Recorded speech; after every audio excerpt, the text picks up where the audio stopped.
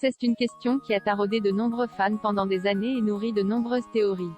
Pourquoi Actarus effectue-t-il deux demi-tours pendant son transfert vers la tête de Goldorak? On tente dire, la semaine dernière, la plateforme ADN mettait à disposition la seconde saison de la série culte Goldorak. Le robot mythique créé par Go Nagai a traversé les décennies sans prendre une ride, influençant de nombreux artistes dans tous les domaines. Cependant, une question est restée en suspens pendant toutes ces années, nourrissant de nombreuses théories et spéculations. Pourquoi diable Actarus, le héros de l'anime, effectue-t-il deux rotations au moment de son transfert du vaisseau jusqu'au cockpit de Goldorak? Cette scène, qu'on pouvait voir dans presque tous les épisodes, a suscité l'interrogation des fans du monde entier. Ces derniers, circonspects, n'ont pas hésité à nous gratifier d'explications et de théories, des plus pragmatiques aux plus loufoques. Pourquoi le prince de Fort fait-il demi-tour deux fois sur son siège avant de prendre les commandes de Goldorak dans le but d'affronter les terribles Golgos? On tente de faire le tour de la transfert à UTOLARGUE. Transfert, scande Actarus avant d'actionner la poignée qui lui permet de passer de sa soucoupe à la tête de son robot géant. Cette scène, attendue à chaque épisode par les aficionados, était une signature de l'anime.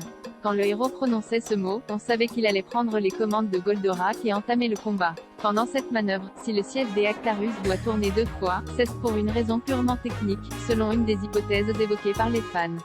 En effet, les rails permettant la descente du prince de Fort ne seraient pas les mêmes que ceux en ligne droite lui permettant d'accéder au cockpit de Goldorak.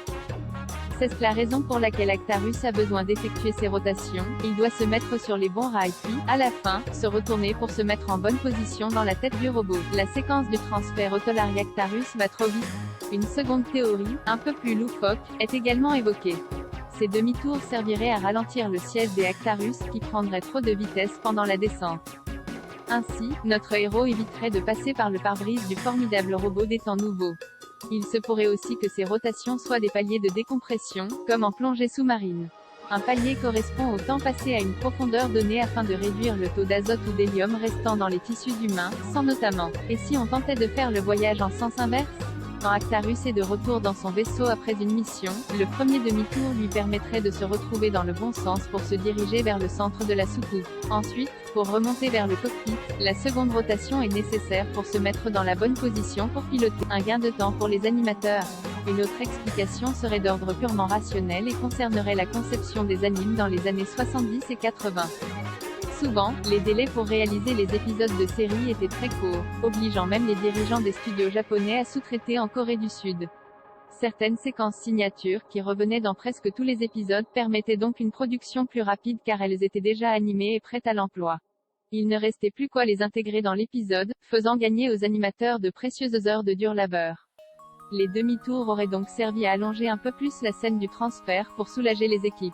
Même une seconde d'animation à faire en moins pouvait s'avérer d'une grande aide pour parvenir à tenir la fréquence d'un épisode par semaine. C'est la même chose pour la séquence métamorphose avant le décollage de Goldorak, qui était toujours la même. Actarus le frimeur? Pour finir, et c'est peut-être l'hypothèse la plus probable, Actarus effectue deux rotations pour la frime, sachant que Goldorak et lui sont les plus forts. Il se permettrait donc cette petite fantaisie pour se moquer de ses adversaires qui ne font pas le poids face au formidable génie de l'infini. Le temps lui a donné raison, car les aficionados de la série ont toujours trouvé cette séquence extrêmement cool, tout comme celle de la métamorphose suivie du légendaire Goldorak Go. Quoi qu'il en soit, si Actarus n'effectuait qu'une seule rotation, il serait à l'envers, ce qui ne serait pas très pratique pour faire face aux forces de Vega. La scène du décollage, Goldorak